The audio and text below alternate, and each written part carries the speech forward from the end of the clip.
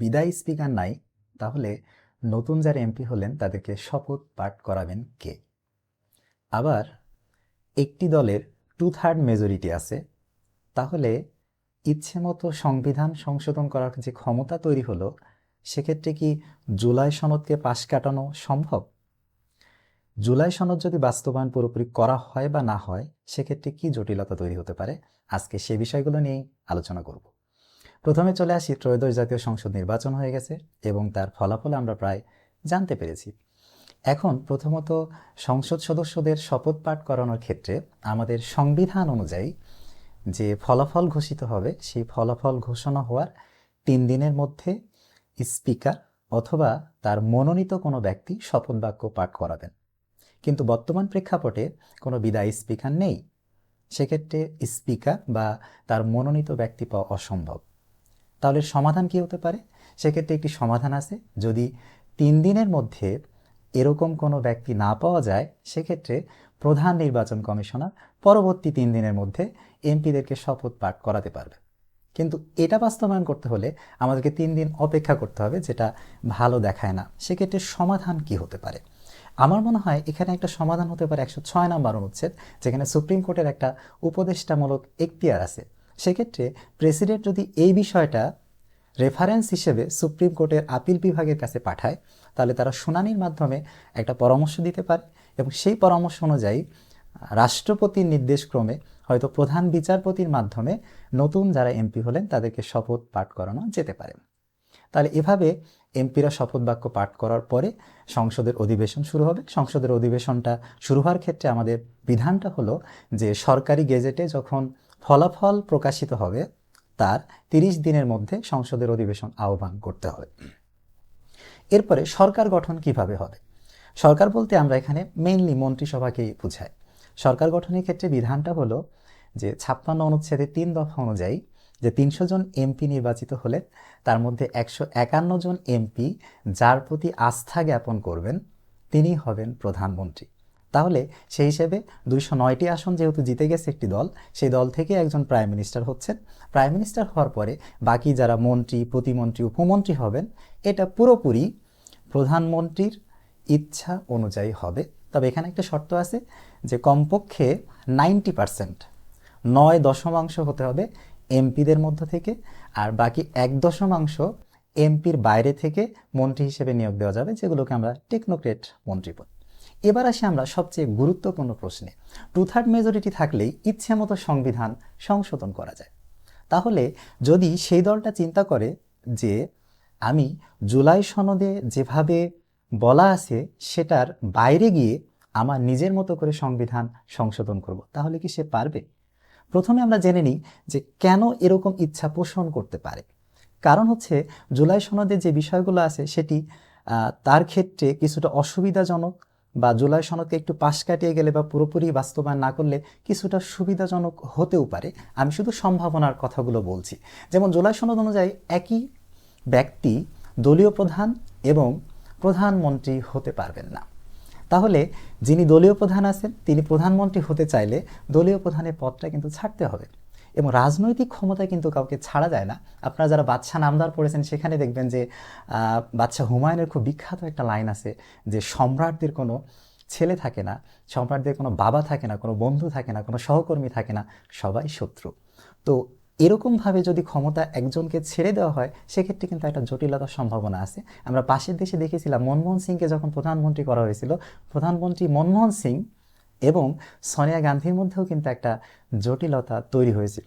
তো এরকম আরও অনেক বিষয় আছে। যেমন জুলাই সনদ অনুযায়ী যদি পিআর করা হয়, পিআরের ভিত্তিতে উচ্চকক্ষ গঠন করা হয়, তাহলে যতগুলো আসন পাবে বিজয়ী দল, তার চেয়ে যদি আসন সংখ্যার পার্সেন্টেজ অনুযায়ী উচ্চকক্ষের আসনের পার্সেন্টেজ নির্ধারণ করা হয়, তাহলে কিন্তু বেশি সংখ্যক সদস্য উচ্চকক্ষে সেই দল নিয়োগ দিতে পারবে।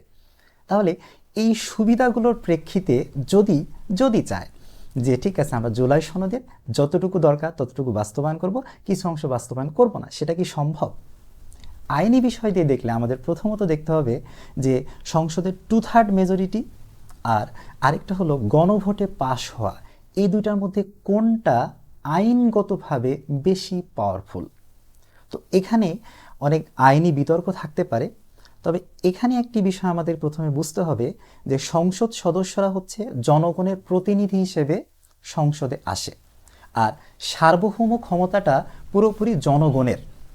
18 কোটি যে জনগণ আছে, এই 18 কোটি জনগণের সম্মিলিতভাবে সার্বভৌম ক্ষমতা, এবং সেই জনগণের কাছ থেকে সার্বভৌম ক্ষমতার প্রতিনিধি হিসেবে সংসদ সদস্যরা আসে। সেই ক্ষমতার বলে সংসদ সদস্যরা ক্ষমতাবান। তার মানে সরাসরি ক্ষমতাটা হলো জনগণের, আর সেই ক্ষমতার প্রতিনিধি হলেন সংসদ সদস্যরা।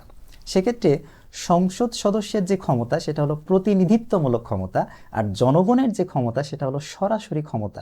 সেই দিক দিয়ে গণভোটের মাধ্যমে জনগণ সরাসরি যে রায় দেয় সেটিকে অধিক ক্ষমতাবান ধরা হয়। এটার একটি এক্সাম্পলও দেওয়া যায়। 91 সালে যখন রাষ্ট্রপতি শাসিত সরকার থেকে প্রধানমন্ত্রী শাসিত সরকারের জন্য সংবিধান সংশোধন করা হলো, সেখানে কিন্তু 2/3 সমর্থনের ভিত্তিতেই সংবিধান সংশোধন করা হয়েছিল। তারপরেও কিন্তু সেটিকে আরও ভ্যালিডেশনের জন্য গণভোটে দিতে হয়েছিল। তার মানে যখন রাষ্ট্রের মৌলিক চরিত্র পরিবর্তন করতে হয়, সেক্ষেত্রে 2/3 মেজরিটিও কিন্তু যথেষ্ট নয়। সেক্ষেত্রে জনগণের সরাসরি রায় নিতে হয়, সরাসরি গণভোটে পাঠাতে হয়। একটা এক্সাম্পল হিসেবে দিই, ধরুন আমি একটা রাজনৈতিক দলের নেতা, আমি 300 আসনের মধ্যে 300 আসনই পেয়েছি, কিন্তু 300 আসন পাওয়ার পরে আমি মনে করলাম যে আমি গণতান্ত্রিক রাষ্ট্র ছিল, কালকে সংবিধান সংশোধন করে আমি রাজতন্ত্র প্রতিষ্ঠা করব, আমি একনায়ক প্রতিষ্ঠা করব, কমিউনিস্ট সরকার প্রতিষ্ঠা করব, বা রাষ্ট্র থেকে আমি খেলাফত ঘোষণা করব। আমি কি পারবো? কখনোই পারবো না। তার মানে সংবিধান যদি মৌলিক পরিবর্তন করতে হয়, রাষ্ট্রের মৌলিক চরিত্রের পরিবর্তন করতে হয়, তাহলে কিন্তু সংসদের 2/3 মেজরিটিও যথেষ্ট নয়। সেক্ষেত্রে গণভোটের আশ্রয় নিতে হবে। সেক্ষেত্রে আমার মনে হয় যে গণভোটে যে আইনি বৈধতা তৈরি হয়েছে সেটা আইনিভাবে বেশি শক্তিশালী হবে, এবং সেটি হয়তো বাস্তবায়নের পথেই যাবে।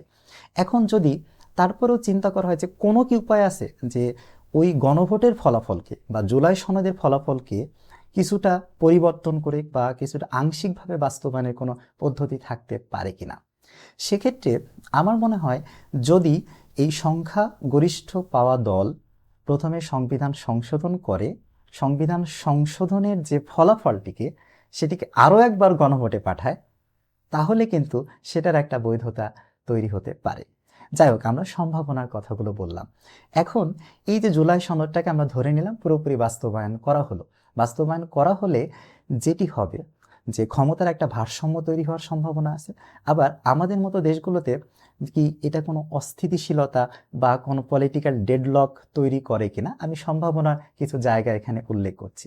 যেমন আমাদের এই নতুন প্রেক্ষাপটে যে তত্ত্বাবধায়ক সরকারের প্রধান উপদেষ্টা হবেন, এটা খুবই ভাইটাল একটা পোস্ট, এবং এখানে খুবই চমৎকার একটা প্রস্তাবনা দেওয়া হয়েছে যে যেখানে সিলেকশন কমিটিতে টোটাল 5 জন থাকবেন, এবং এই 5 জনের 2 জন হবে সরকারি দলের, স্পিকার এবং প্রধানমন্ত্রী।